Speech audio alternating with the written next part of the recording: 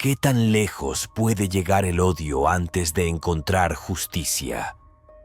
Prepárate para descubrir cómo los tribunales enfrentaron a los protagonistas de los crímenes más impactantes y desgarradores de los últimos tiempos. Historias donde el arrepentimiento se encuentra con el desafío y la frialdad se enfrenta a la justicia, revelan la tensión oculta en cada veredicto. Desde escenas de remordimiento inesperado hasta miradas desafiantes, exploraremos cada una de estas intensas confrontaciones en el tribunal. Lo que vas a ver va más allá de sentencias. Es un vistazo al verdadero costo del odio. Número 1. El caso de Kayla Norton y José Torres. Era un día soleado de verano en el año 2015 en Douglasville, Georgia, donde se estaba llevando a cabo una celebración en honor a un niño que cumplía años. Entre risas y juegos, la fiesta transcurría con alegría hasta que un grupo de personas en camionetas con banderas confederadas irrumpió en la escena con una actitud intimidante y desafiante. Dos de los protagonistas de este incómodo incidente eran Kayla Norton y José Torres, quienes, impulsados por actitudes racistas y motivados por una animosidad profundamente arraigada, decidieron convertir ese ambiente festivo en una escena de tensión. El grupo, del cual Norton y Torres formaban parte, comenzó a gritar amenazas y lanzar insultos a las familias afroamericanas presentes. Los invitados, sorprendidos por la agresión, trataron de ignorarlos, pero la situación se tornó más tensa cuando Norton y Torres aparecieron con una escopeta, agregando un aire de peligro al ya tenso ambiente. Para Norton y Torres, su comportamiento era una manifestación de poder y control, una desafortunada expresión de un sentimiento racista que empañaba lo que debía ser un momento de felicidad. Eventualmente, la comunidad y los organizadores de la fiesta presentaron quejas, lo que condujo a la intervención de las autoridades y a un proceso judicial en contra de ambos. Para febrero de 2017, Norton y Torres se enfrentaron a la justicia, y lo que sucedió en el tribunal fue inesperado. Ambos, quienes en el momento del incidente parecían imperturbables, ahora mostraban una faceta completamente diferente.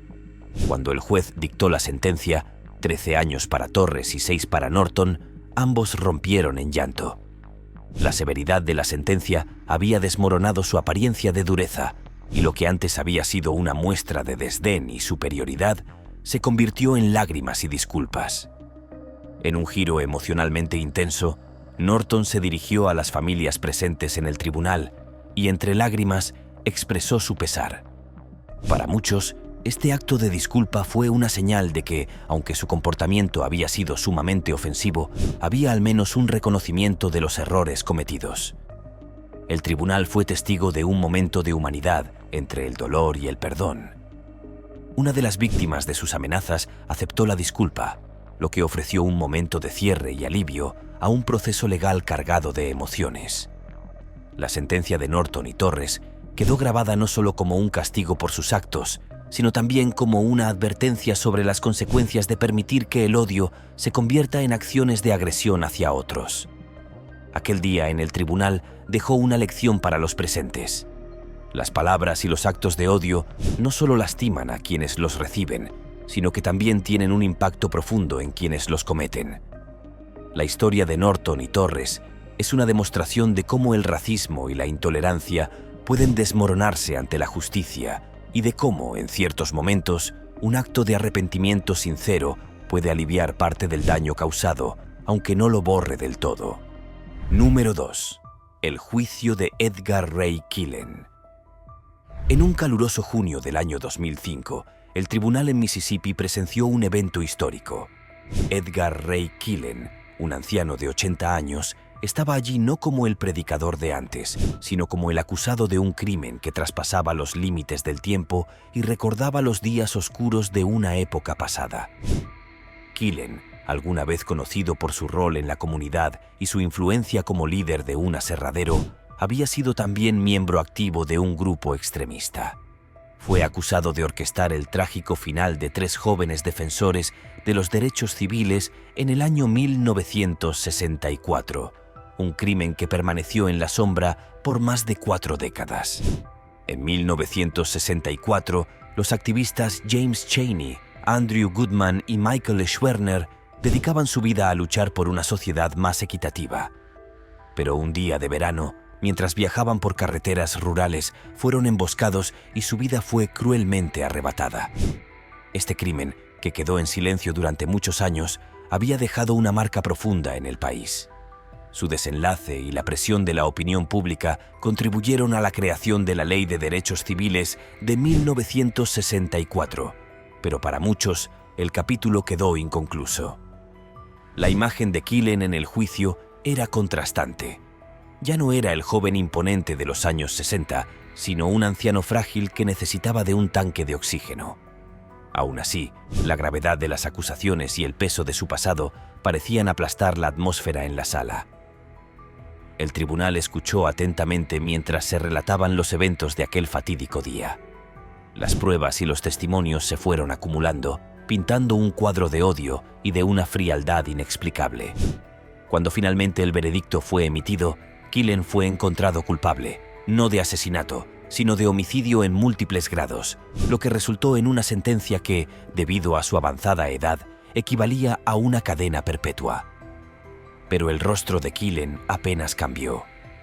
No hubo rastro de arrepentimiento o de emoción en sus expresiones, como si las décadas de su vida hubiesen apagado cualquier vestigio de remordimiento o empatía. El juicio de Killen fue más que una sentencia judicial. Fue un momento de cierre para las familias de las víctimas y para quienes, durante años, lucharon por justicia. La falta de reacción de Killen no opacó la sensación de justicia demorada que invadió la sala. La historia de este juicio es un recordatorio de cómo, en ocasiones, la justicia puede tardar, pero no se niega. La ausencia de emoción de Killen ante el veredicto, su impasibilidad ante el sufrimiento de las familias y el peso histórico de sus actos hicieron que este juicio fuera un momento de impacto y reflexión para la nación entera. Número 3. El terrible caso de James Beard Jr. El asesinato de James Beard Jr. en el año 1998 se recuerda como uno de los actos más brutales de discriminación en la historia de los Estados Unidos. Beard, un hombre amable y respetado en su comunidad de Jasper, Texas, fue víctima de un crimen que dejó una marca imborrable en el país. 3 hombres, Sean Berry, Lawrence Brewer y John King, lo atacaron con una crueldad que estremeció a la nación. Su motivación parecía nacer del odio, y el desenlace fue devastador. Berry, Brewer y King habían pasado la noche en un bar antes de cruzarse con Beard, a quien ofrecieron llevar. Pero lo que comenzó como un aparente acto de cortesía se convirtió en una tragedia. En un episodio de violencia inimaginable, lo atacaron y lo arrastraron detrás de su camioneta por un largo tramo de camino. Este crimen no solo destrozó una vida, sino que mostró las profundas divisiones que aún existían en la sociedad. Durante el juicio, las reacciones de los acusados fueron variadas y reveladoras de su estado mental. Brewer y King, los principales autores del crimen, se mostraron desafiantes, como si consideraran sus actos justificados. El tribunal, al observar su impenitencia, dictó para ambos una condena de extrema severidad. Ambos fueron finalmente ejecutados por sus actos. Por otro lado, Berry mostró una postura diferente. A diferencia de sus compañeros, su semblante parecía reflejar cierto arrepentimiento. Su reacción ante el veredicto fue más reflexiva y recibió una condena de cadena perpetua con la posibilidad de optar a libertad condicional en el año 2038. Las reacciones de cada uno encapsularon las distintas maneras en que las personas pueden enfrentar las consecuencias de sus actos. El caso de Beard no fue solo un crimen atroz. Fue un reflejo de cómo el odio puede deshumanizar a aquellos que lo albergan y llevarlos a cometer actos de una brutalidad inimaginable. En el tribunal, la falta de remordimiento de Brewer y King contrastó con el arrepentimiento de Berry, mostrando las complejidades de la psique humana frente al peso de sus propias acciones. Número 4. Corey Muhammad y el odio descontrolado. El año 2017 en Fresno, California, fue testigo de una serie de crímenes que sumieron a la comunidad en un estado de terror y desconcierto. Corey Muhammad, también conocido como Corey Ali Muhammad, desató una ola de violencia que terminó con la vida de 4 personas en ataques aparentemente motivados por un odio arraigado y sin remordimientos. La serie de eventos comenzó con el asesinato de un guardia de seguridad en un motel, lo que fue solo el principio de una cadena de crímenes que dejó a la ciudad horrorizada. El primer incidente en el motel parecía ser un acto de rabia aislado, pero muy pronto quedó claro que Muhammad tenía una agenda mucho más oscura. Con una mentalidad perturbadora, decidió llevar a cabo una serie de ataques adicionales, convencido de que, si iba a ser detenido, quería que sus actos dejaran una marca profunda y aterradora. Para él, la captura era inevitable, pero pensaba que aún tenía el control sobre la narrativa y el impacto de sus acciones. Así, planificó meticulosamente cada crimen, dirigiéndose específicamente a sus objetivos en un acto de violencia que no solo quitó vidas, sino que buscaba aterrorizar.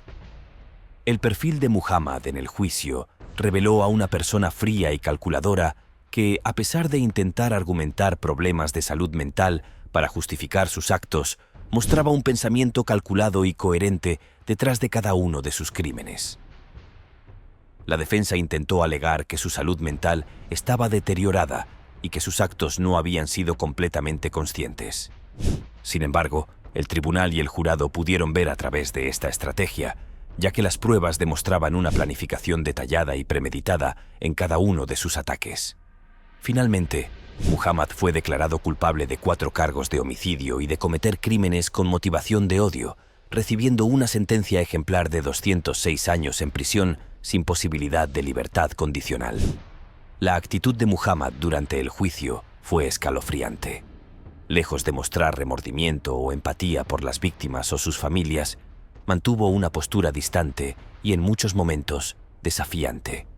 Se negó a escuchar las declaraciones de las familias afectadas, mostrando un desprecio absoluto hacia el dolor que había causado. Esta actitud de desapego y desafío puso de manifiesto la complejidad de su personalidad, un individuo atrapado en sus propias ideologías destructivas que prefería cerrar los ojos ante el sufrimiento que había generado. Su indiferencia y su falta de arrepentimiento hicieron que el impacto del juicio fuera aún mayor, subrayando cómo el odio puede consumir por completo a una persona y llevarla a actuar sin ningún tipo de piedad o reflexión. El caso de Corey Muhammad es un sombrío recordatorio de los peligros que representan las ideologías extremistas y del precio que pueden cobrar, tanto para las víctimas directas como para una comunidad que quedó marcada por esta serie de eventos trágicos. La frialdad y falta de remordimiento de Muhammad, incluso ante el tribunal y la sociedad, dejaron una impresión duradera de hasta dónde puede llegar una persona cegada por el odio. Número 5. El impactante caso de Travis McMichael y Ahmaud Arbery.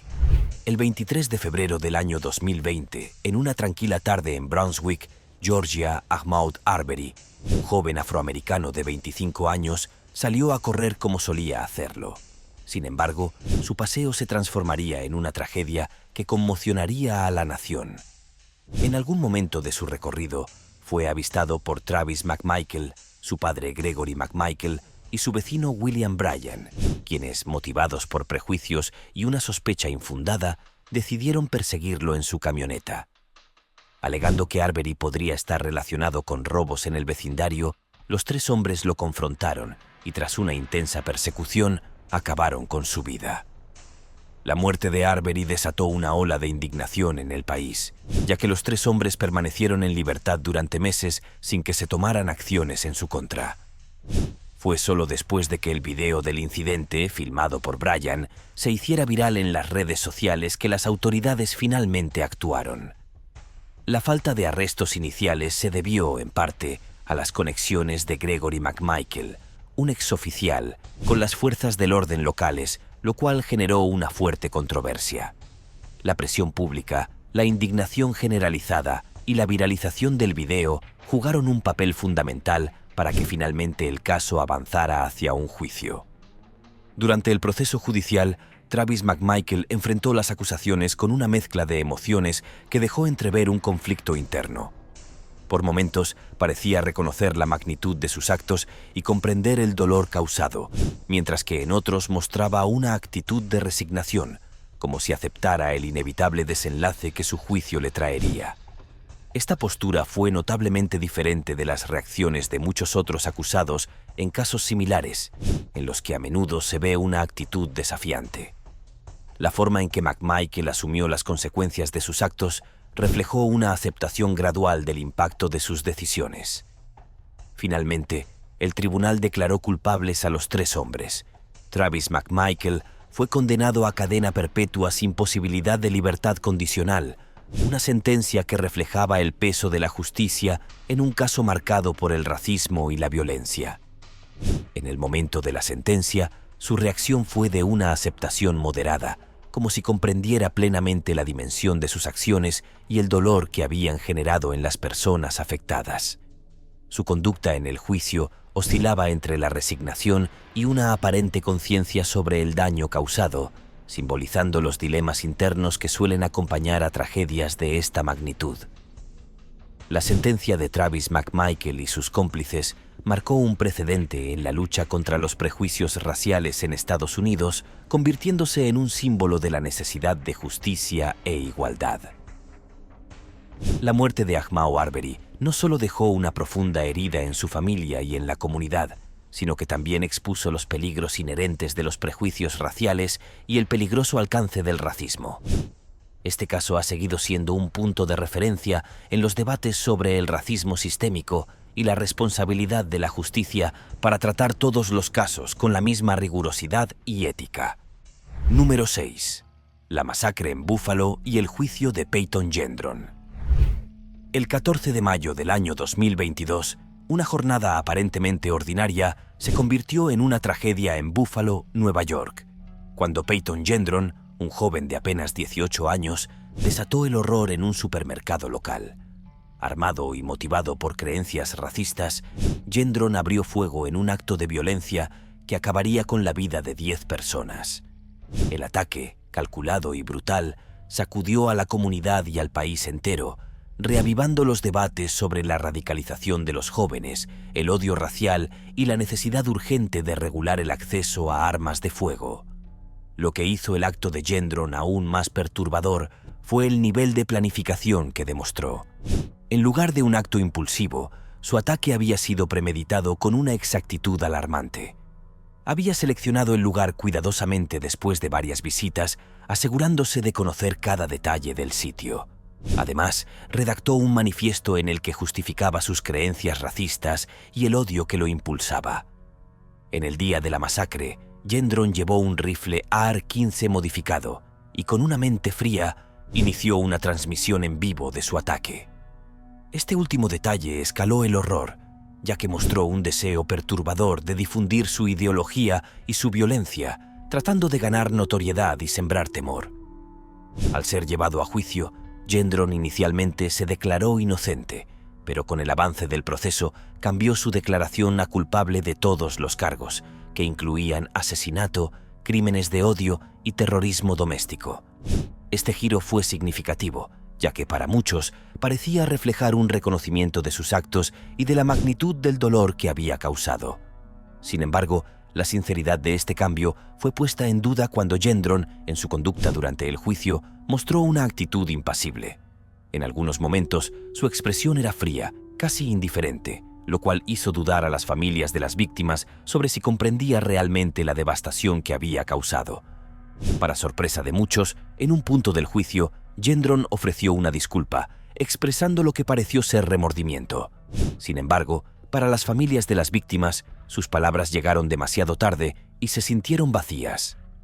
Su disculpa fue recibida con escepticismo y hasta rechazo, ya que para ellos nada podría compensar el dolor y la pérdida que había causado.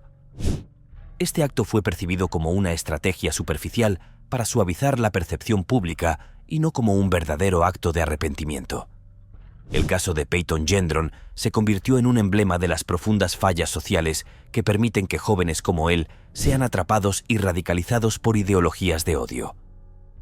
La frialdad de Gendron y su aparente desconexión emocional durante gran parte del juicio revelaron la profunda influencia de sus creencias extremistas y resaltaron la necesidad de abordar el problema de raíz. Para muchos, Este juicio subrayó el impacto devastador que las ideologías de odio pueden tener en jóvenes impresionables y, a la vez, en el entorno que los rodea.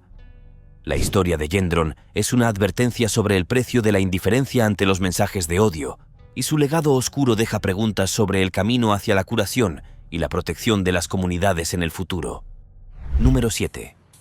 Jeremy Christian y el ataque en el tren de Portland. Era mayo de 2017 cuando la ciudad de Portland se estremeció por un acto de violencia que comenzó con palabras de odio en un tren de cercanías. Jeremy Christian, conocido por sus posturas radicales y su tendencia a provocar, fijó su atención en dos jóvenes mujeres de ascendencia diversa y comenzó a proferir insultos con carga racial hacia ellas. 3 pasajeros, testigos del hostigamiento, no dudaron en intervenir, buscando proteger a las jóvenes y detener a Christian. Sin embargo, lo que empezó como una defensa valiente se convirtió rápidamente en una escena de horror. Christian, en un arrebato de violencia inesperada, sacó un arma blanca y atacó a los 3 hombres, acabando con la vida de 2 de ellos e hiriendo gravemente al tercero. Este incidente desató el temor y la indignación de la comunidad de Portland y más allá, no solo por la brutalidad del acto, sino por el claro reflejo de los peligros de la intolerancia llevada al extremo. El perfil de Christian ya era conocido. Durante años había expresado públicamente posturas extremistas, acumulando antecedentes de comportamiento violento y disruptivo. Su conducta en el tribunal confirmó lo que muchos sospechaban. Lejos de mostrar arrepentimiento, Christian se comportó de manera errática y desafiante, interrumpiendo el juicio en repetidas ocasiones para lanzar insultos, incluso hacia las familias de las víctimas.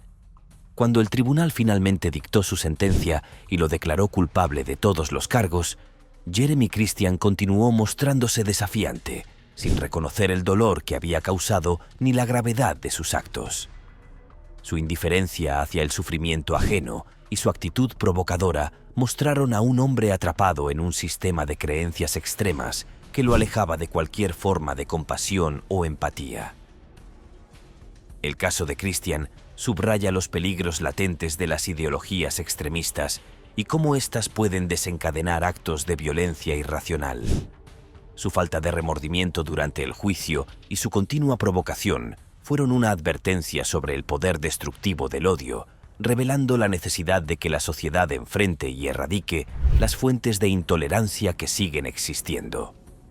La historia de este trágico evento y las familias afectadas sirvieron como un recordatorio de la responsabilidad compartida de prevenir que otros sigan este camino destructivo. Número 8. Russell Courtier y la tragedia de Larnell Bruce Jr. En agosto de 2016, una simple discusión en una tienda en Gresham, Oregon, desembocó en un miembro de una pandilla conocida por sus ideologías extremistas. Se enfrentó con Larnell Bruce Jr., un joven afroamericano, en una situación que rápidamente escaló. Courtier, impulsado por sus creencias y un profundo desprecio, reaccionó de manera violenta y decidió perseguir a Bruce en su vehículo. Cuando Bruce intentó escapar corriendo, Courtier lo atropelló intencionalmente, causando su fallecimiento. La motivación de Courtier quedó clara para la fiscalía. Sus acciones estaban profundamente influenciadas por sus creencias y una hostilidad arraigada hacia aquellos que consideraba distintos. Durante el juicio, Courtier se presentó ante el tribunal con una postura fría y desafiante, sin mostrar señales de arrepentimiento, lo que solo intensificó la indignación de la comunidad y de la familia de Bruce. Sin embargo, a medida que el proceso legal avanzaba y la posibilidad de una sentencia significativa se hacía cada vez más real, la actitud de Courtier comenzó a cambiar. En una de las audiencias finales, la madre de Bruce tuvo la oportunidad de dirigirse a Courtier directamente, exigiendo una explicación por el acto que le había arrebatado a su hijo. Este momento pareció quebrar la fachada de dureza de Courtier, quien finalmente dejó ver lágrimas y mostró signos de lo que algunos consideraron remordimiento. Para algunos, este fue un momento de humanidad en medio del juicio.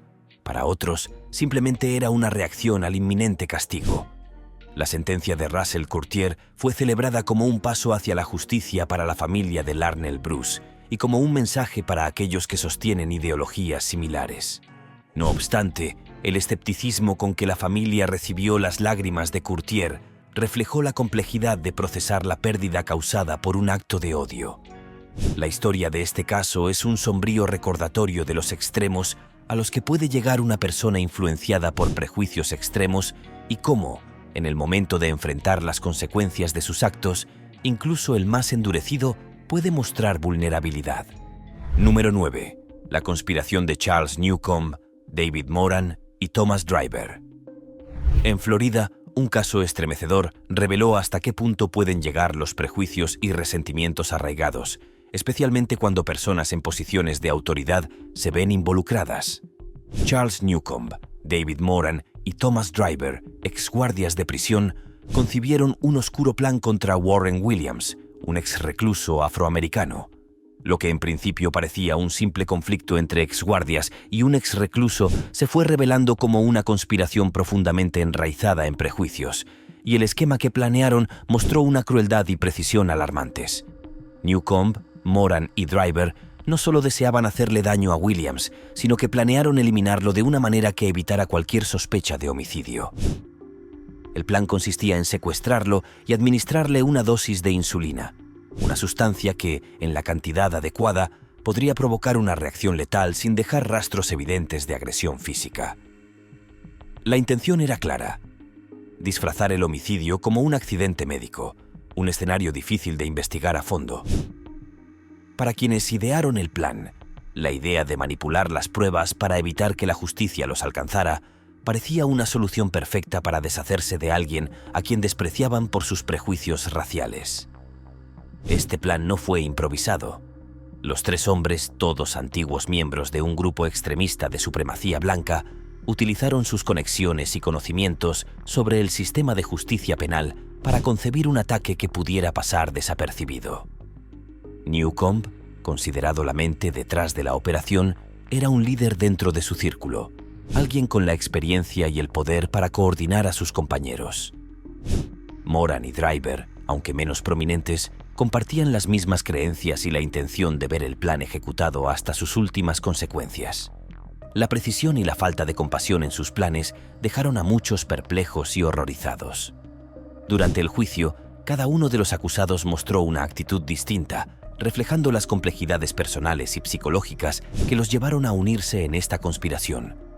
Newcomb, siempre frío y sereno, mostró una actitud impasible, como si el peso de sus acciones no significara nada para él. Su comportamiento en la sala del tribunal era calculador, revelando poco de lo que realmente sentía o pensaba, lo cual resonaba con su reputación como líder impasible dentro de su grupo. Moran, por otro lado, parecía aceptar su destino. No hubo una gran muestra de emoción, solo una aparente resignación ante la sentencia que se avecinaba, como si asumiera que el final de la conspiración ya estaba escrito. En cambio, Driver fue el más expresivo.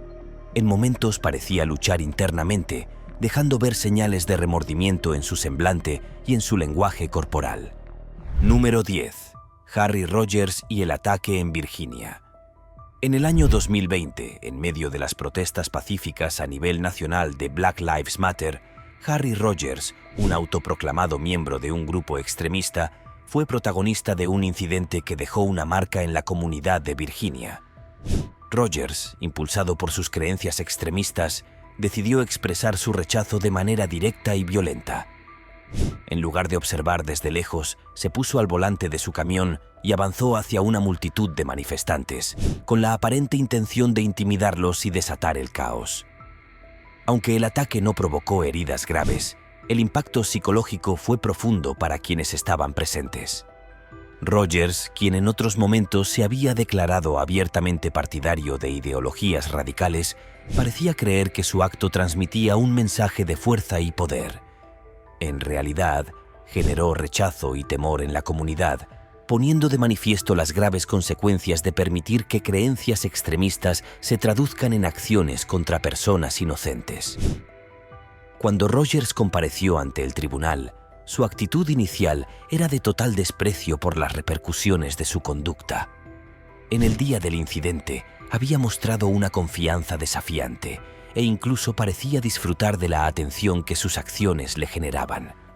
Esta arrogancia inicial no se desvaneció al instante, ya que durante las primeras audiencias, Rogers continuó actuando de manera provocadora, como si sus acciones estuvieran plenamente justificadas. Sin embargo, a medida que avanzaba el juicio y enfrentaba la posibilidad de una condena severa, su comportamiento comenzó a cambiar. Lo que comenzó como un reto abierto al tribunal y a la comunidad se transformó en una postura más conciliadora. Rogers eventualmente expresó arrepentimiento, aunque muchas de las personas presentes, incluyendo las víctimas del ataque, miraron su disculpa con escepticismo. Para ellas, sus palabras parecían más una estrategia para evitar un castigo riguroso que un genuino reconocimiento del error y del daño que había causado. Finalmente, el tribunal dictó una condena significativa para Rogers, una decisión que fue recibida como un acto de justicia para quienes participaron en las manifestaciones pacíficas de aquel día. Su caso pasó a ser un ejemplo más de cómo el extremismo puede llevar a actos de violencia insensata y cómo la justicia puede, en ocasiones, ser un camino hacia la paz para las víctimas. La historia de Harry Rogers es una advertencia de los peligros que trae consigo el odio disfrazado de ideología y de cómo el peso de la justicia puede hacer que incluso los más desafiantes deban rendirse ante sus acciones.